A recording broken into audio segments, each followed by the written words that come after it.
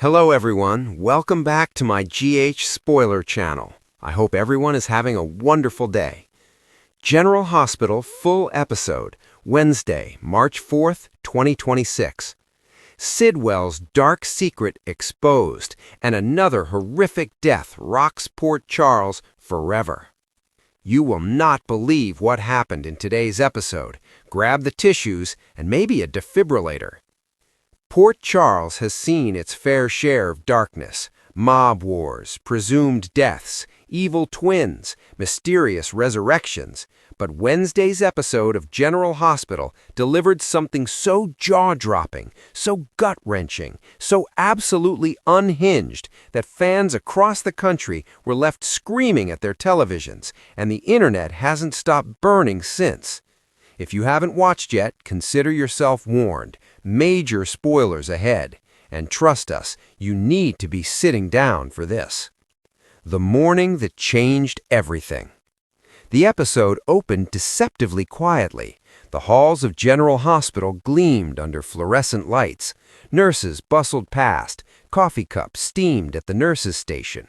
Just another day in Port Charles, or so everyone thought. Dr. Lena Whitfield arrived early for her shift, humming softly, blissfully unaware that the man she trusted most in the world was about to be exposed as a monster. Her colleague, the charming, silver-tongued Dr. Elliot Sidwell, was already in his office. The door was cracked. She knocked. He didn't answer. She pushed it open.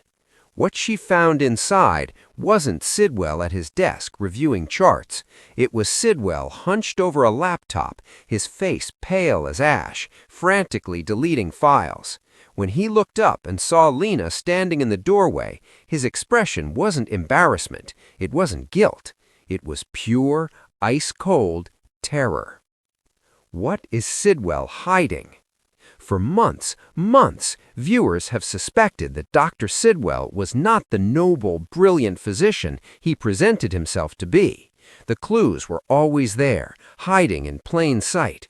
The way he deflected questions about his past, the mysterious calls he took only when alone, the locked drawer in his desk that nobody was ever allowed near.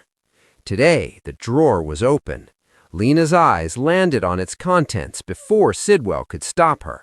A stack of old photographs, a burner phone, and a manila envelope stamped with the seal of a defunct pharmaceutical company called Veriton Labs, a company that, according to a storyline introduced back in January, was responsible for a string of patient deaths tied to an experimental drug trial that was buried, deliberately buried, over a decade ago.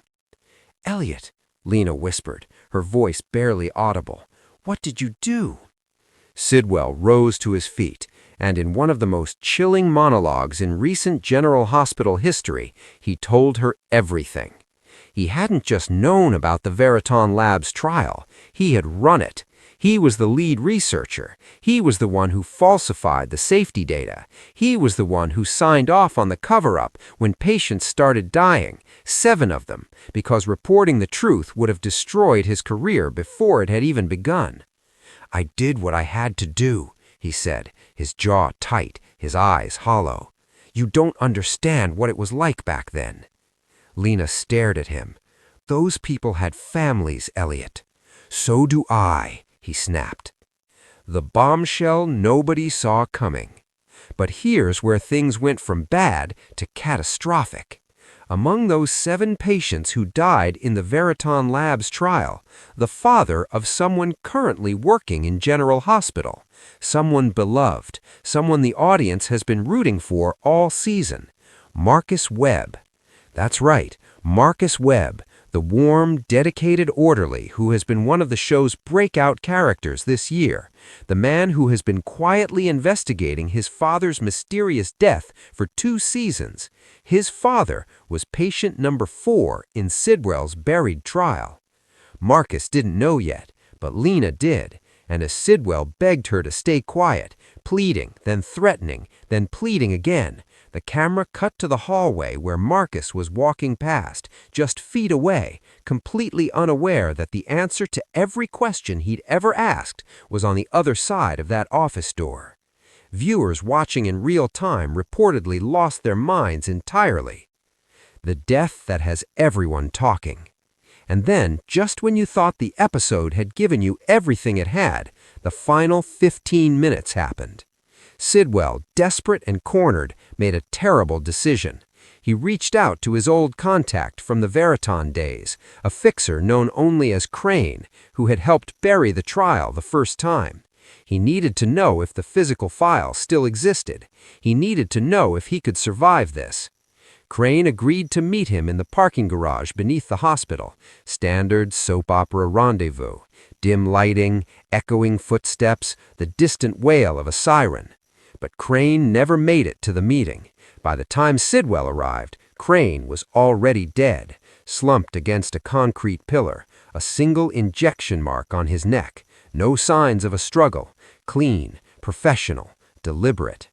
Sidwell stood over the body, shaking violently, the realization crashing over him. Someone else knew. Someone had been watching. Someone had gotten to Crane before he could talk, and that someone was now one step ahead of Sidwell, which meant Sidwell was no longer the most dangerous person in this secret. He was the most vulnerable. Port Charles will never be the same. The episode ended on Sidwell standing alone in that parking garage, sirens growing louder in the distance, his carefully constructed life crumbling around him in real time. The camera pulled back slowly, wide shot, then wider, until he was just a small, frightened figure surrounded by concrete and shadow.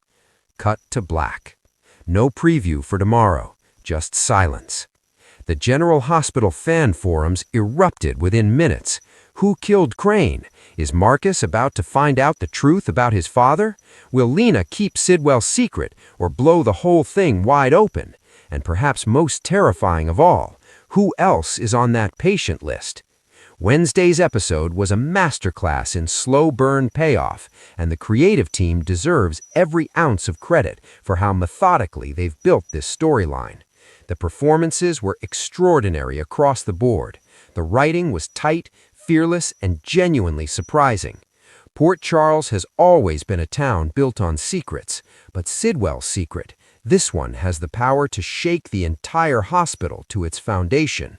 Don't miss Thursday's episode. Something tells us the worst is still to come.